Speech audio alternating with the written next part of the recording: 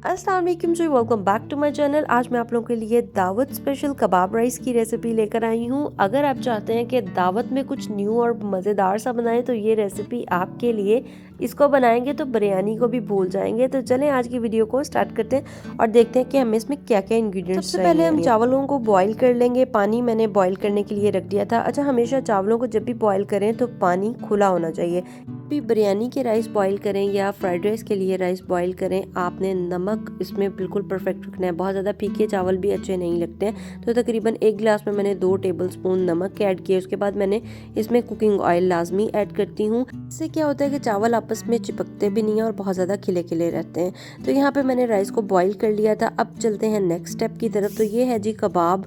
कबाब की रेसिपी मैंने दी हुई है। इसका लिंक मैं ऊपर आई बटन में भी दे दूंगी, डिस्क्रिप्शन में भी दे दूंगी। ये डाइट कबाब के नाम से मैंने रेसिपी दी हुई है। अच्छा, जो लोग डाइट पर हैं वो ये रेसिपी इंजॉय कर सकते हैं। इसमें हाई प्रोटीन है, फाइबर है, कार्ब है।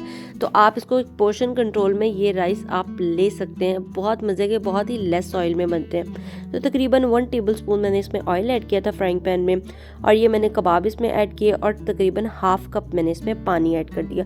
पानी ऐड करने के बाद इसको हमने अच्छे तरीके से मिक्स करना है और इसको मैंने कवर कर देना है, क्योंकि ये मेरे पास फ्रोज़न थे, क्योंकि मैंने बना के अपने लिए भी रखे हुए होते हैं। और मैंने आपको बताया था कि इसको बना के आप लॉन्ग टाइम के लिए फ्रीज़ भी कर सकते हैं। अब इसको मैं कवर कर दूंगी तकरीबन 5 से 10 मिनट के लिए, ताकि ये अच्छे तरीके से अंदर तक कुक हो जाए। तो ये देखिए पानी इसका ड्राई हो चुका है और ये देखिए अब हम इसको अच्छे तरीके से दे देंगे जी कलर। पानी कुछ ज़्यादा ही ड्राई हो गया था क्योंकि हमने ऑयल इसमें बहुत ही कम डाला है और ये कबाब बहुत ज़्यादा जूसी बनते हैं। तो देखिए कबाब के ऊपर इतना ज़बरदस्त सा कलर आ गया। अब चलते हैं थर्ड स्टेप की तरफ। यहाँ पे मैंने 3 एग ले लिए हैं। आप कम ज़्यादा कर सकते हैं। जिनको इन राइस में कम एग पसंद हो वो कम ऐड कर लें। मुझे बहुत ज़्यादा पसंद है। तो यहाँ पे येलो फूड कलर ले लिया था और इसको मैंने थोड़े से पानी में मिक्स करके इसमें ऐड कर दिया था।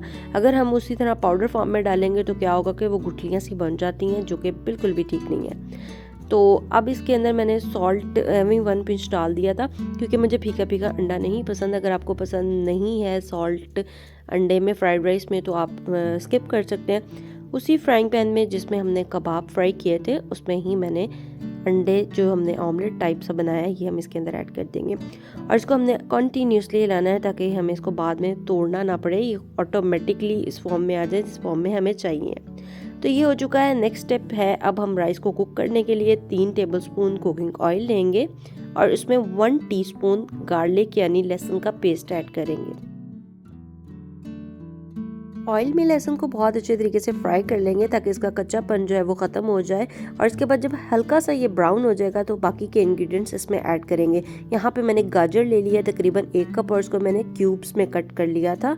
और इसके बाद इसमें बाकी के इंग्रेडिएंट्स ऐड करेंगे। Soya sauce 1 tablespoon, black pepper यानी काली मिर्च 1 टीस्पून, और यहाँ पे मैं चिकन पाउडर ऐड कर रही हूँ तकरीबन 1 टीस्पून। अगर आपके पास चिकन पाउडर नहीं है तो आप चिकन क्यूब का भी इस्तेमाल कर सकते हैं। हाथों की मदद से उसके हल्का हल्का सा आप मैश करके वो इसके अंदर ऐड कर दें तो सेम फ्लेवर आता है, बहुत मज़े का लगता है। उसके बाद यहाँ पे मैंने शिमला मिर्च ऐड कर दी है। तकरीबन 1 कप ही मैंने शिमला मिर्च ली थी। आपको कोई भी वेजिटेबल पसंद है आप इसमें ऐड कर सकते हैं। उसके बाद ये देखिए जी कबाब मैंने इनको ना गोल कट कर लिया था। बहुत ही अच्छी इस राइस में लुक आ रही थी, बहुत डिफरेंट सी लुक आ रही थी। तो ये कबाब आप लोग बना के इसको फ्रीज भी कर सकते हैं। लिंक इसको मैं ऊपर आई बटन में भी दे दूंगी और डिस्क्रिप्शन में भी दे दूंगी।